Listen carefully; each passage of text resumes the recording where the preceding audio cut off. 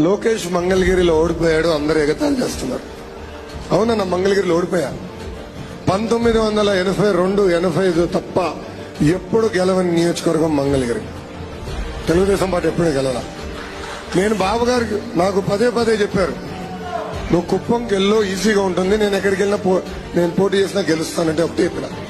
అందరిలాగా కంచుకోటకి వెళ్తే మనకు కష్టమైన సీట్లు ఎట్లా గెలుస్తాం సార్?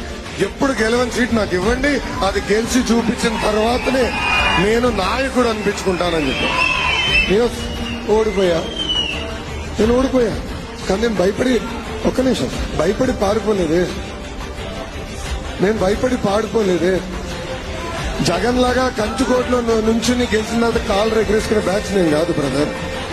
ఎప్పుడు గెలవని నియోజకవర్గం గెలిపించి కంచుకోట చేసి తెలుగుదేశం పార్టీకి అది నేను పల్లల్లో పెట్టి అర్పించినప్పుడే నేను నాయకుడని పిలిపించుకుంటాను.